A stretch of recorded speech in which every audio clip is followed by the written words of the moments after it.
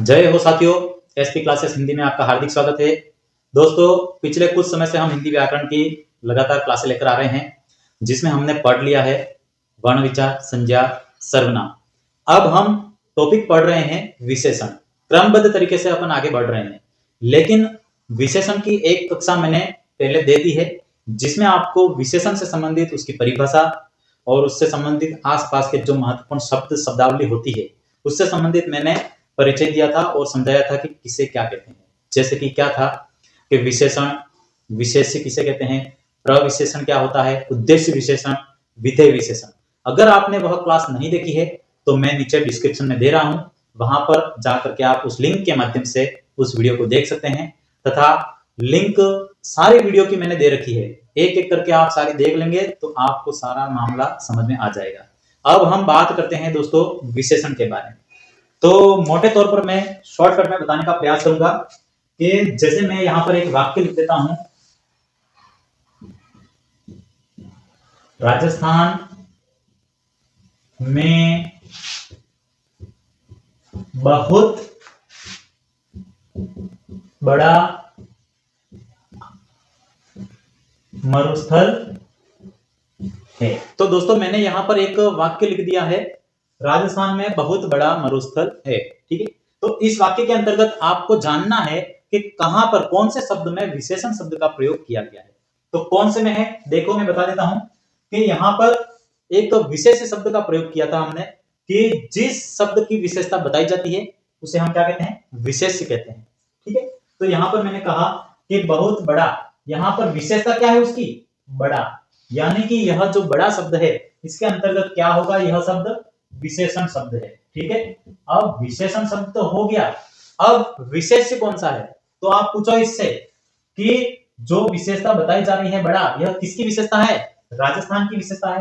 तो यह जो राजस्थान शब्द है यह क्या बन जाएगा, विशेष्य बन जाएगा। क्या बन जाएगा, विशेष्य बन जाएगा।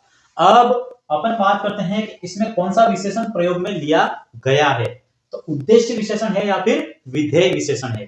तो विशेषण शब्द का प्रयोग जब आगे किया जाता है तो फिर देखो मरुस्थल बड़ा है तो मरुस्थल से आगे उसकी विशेषता है, तो यहां पर क्या हो जाएगा कि बहुत बड़ा मरुस्थल है, तो मरुस्थल है तो यहां पर आगे है, इसका मतलब यह क्या है, उद्देश्य विशेषण है। लेकिन मैं कहता कि राजस्थान में मरुस्थल बहुत बड़ा है, तो उसके माध्यम से अपन देखते हैं तो वो कौन सा विशेषण हो जाता, विधेय विशेषण हो जाता। और यहां पर बहुत है ना, बहुत शब्द जो प्रयोग में लिया गया है यह क्या है, यह एक प्रविशेषण है। ठीक है, तो इस वाक्य के माध्यम से आपको सारा पिछला वीडियो जो मैंने बताया था उसको मैंने दोहरान के रूप में बता दिया है शॉर्ट में, और पूरी डिटेल के साथ में क्या परिभाषा है, किस प्रकार से उदाहरण देते हैं, वो आप मेरे पिछले वीडियो में जाकर के देख सकते हैं। अब बात करते हैं दोस्तों विशेषण के प्रकारों के बारे में, कि किस प्रकार से कितने प्रकार होते हैं और विशेषण के प्रकारों के क्या क्या नाम रहते हैं, क्या क्या उदाहरण रहते हैं, कैसे हम याद करेंगे। बहुत ही सरलता और सटीकता के साथ में आपको यहाँ पर जानकारी प्रदान की जाएगी। तो देखिए हम बात करते हैं कि विशेषण के प्रकार, कुल मिलाकर के हमें विशेषण के प्रकारों के तौर पर 4 प्रकार याद रखने हैं। कितने प्रकार याद रखने हैं, विशेषण के कुल कितने प्रकार होते हैं, तो कितने होते हैं, 4 प्रकार होते हैं। जैसे हमारा कोई भी टॉपिक पढ़ाने का जो उद्देश्य रहता है कि वैसे मटेरियल जो है हमें पढ़ना है वह तो हमें किताबों से भी मिल जाता है, लेकिन हम यहाँ पर आपको याद करवाने के लिए आए हैं, सिखाने के लिए आए हैं। तो इसका मतलब है कि आपको जिस भाषा में सीखने में बिल्कुल सरलता रहती है उसी भाषा का प्रयोग अपन करेंगे, यानी कि शॉर्ट ट्रिक के साथ में अपन पढ़ने का प्रयास करेंगे। तो 4 जो है उसको मैंने बहुत ही शॉर्ट ट्रिक के रूप में यहाँ पर लिख देता हूं, देखो कि घु सा प। ठीक है, गुस्सा सांप, इस वाक्य को आप याद रखेंगे तो उसके माध्यम से आप क्या कर देंगे, जो चारों प्रकार हैं उसको आप याद रख पाएंगे। तो इसके अंतर्गत मैं पहला लिख देता हूं दोस्तों, गुणवाचक। ठीक है, गुणवाचक विशेषण। ठीक है, उसके बाद दोस्तों दूसरा है आपका सार्वनामिक, सार्वनामिक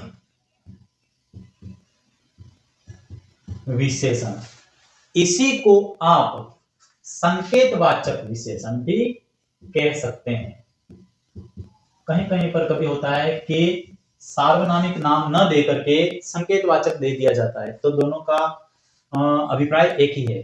ठीक है, अब नंबर 3 क्या लिखा है? सांप।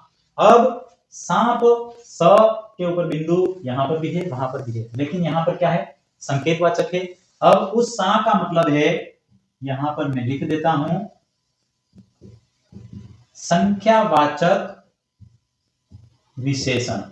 ठीक है, इस प्रकार से आपको याद रखना है। फिर चौथा है दोस्तों परिमाणवाचक विशेषण।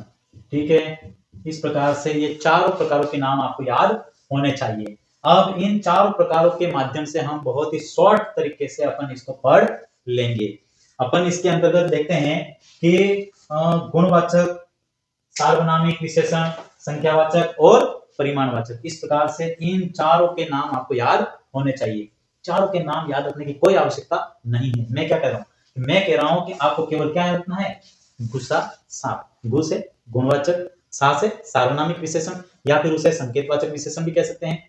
अब सा से ऊपर बिंदु वाला, उससे संख्यावाचक विशेषण, प से परिमाणवाचक विशेषण। इस प्रकार से चारों विशेषणों के नाम आपको पल भर में याद हो जाएंगे। अब हम बात करते हैं एक एक विशेषण के बारे में और उसको पढ़ने का प्रयास करते हैं। बहुत ही सरल माध्यम से मैं आपको पढ़ा दूंगा, याद करवा दूंगा।